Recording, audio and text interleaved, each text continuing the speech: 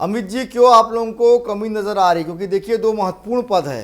एक जो पूरे देश भर के सोशल मीडिया को मैनेज करेंगे, दीपक मस्कर जी को जिम्मेदारी दी गई। दूसरा, राष्ट्रीय महिला आयोग की राष्ट्रीय महिला मोर्चा की अध्यक्ष बनाया गया है रुकमर चौधरी को। इसमें भी क्यों कमी जो है कांग्रेस पार्टी को नजर आ रही है? देखिए पांडे जी, सबसे पहले तो जो टीम बनी है उसे मैं बधाई देना चाहता हूँ और उनके उज्जवल भविष्य की शुभकामना करना चाहता हूँ। और निश्चित तौर पे छत्तीसगढ़ से दो लोगों को बनाया गया है। दीपक मस्के जी मेरे बहुत पुराने मित्र हैं, मैं उन्हें भी बधाई और शुभकामनाएं देना चाहता हूँ।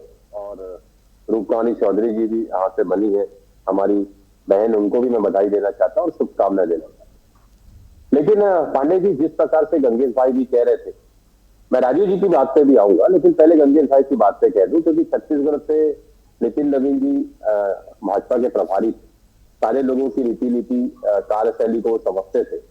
तो क्योंकि वो राष्ट्रीय अध्यक्ष बने थे, तो निश्चित तौर से हम सबको अधिक उम्मीद थी कि संगठनात्मक रूप से वो सभी को जानते हैं कि कौन व्यक्ति कैसा काम करता है।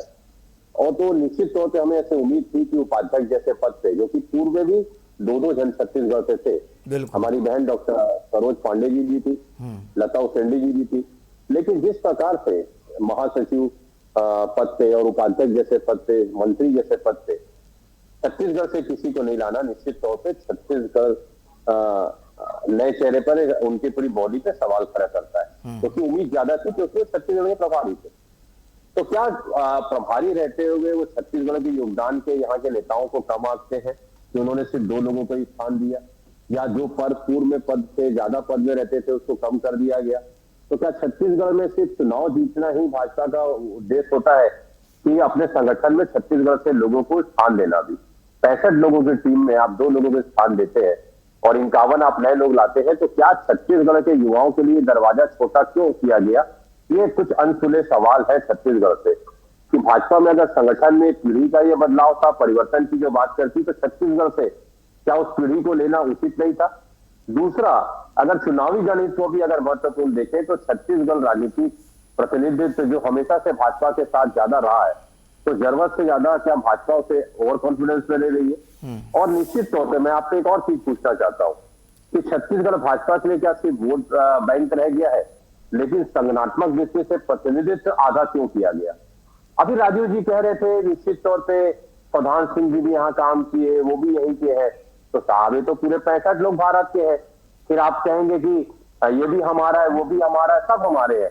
लेकिन बात जब छत्तीसगढ़ की आती है और छत्तीसगढ़ के युवाओं के साथ, नेताओं के साथ अन्याय होगा, तो विपक्ष में होने के कारण हम चुप नहीं बैठेंगे। मैंने स्टार्ट किया बधाई देते हुए, नहीं तो राजीव जी कह देते कि इनको खुशी नहीं है और हमको कहने का अधिकार नहीं है।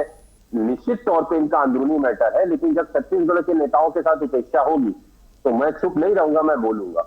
लेकिन मैं फिर आपके माध्यम से कहना चाहता हूं कि मैंने जैसा कहा, क्योंकि नितिन नवीन जी प्रभारी थे, हमें उम्मीद ज्यादा थी कि हिस्सेदारी बढ़ेगी, छत्तीसगढ़ के नेताओं को बड़े बड़े पद में नवाजा जाएगा। लेकिन 2 नाम देकर छत्तीसगढ़ की उम्मीदों पर पानी फेर दिया गया। क्यों राजीव चक्रवर्ती जी को नहीं लिया गया?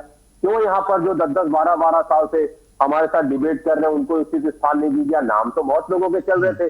ठीक है अमित जी,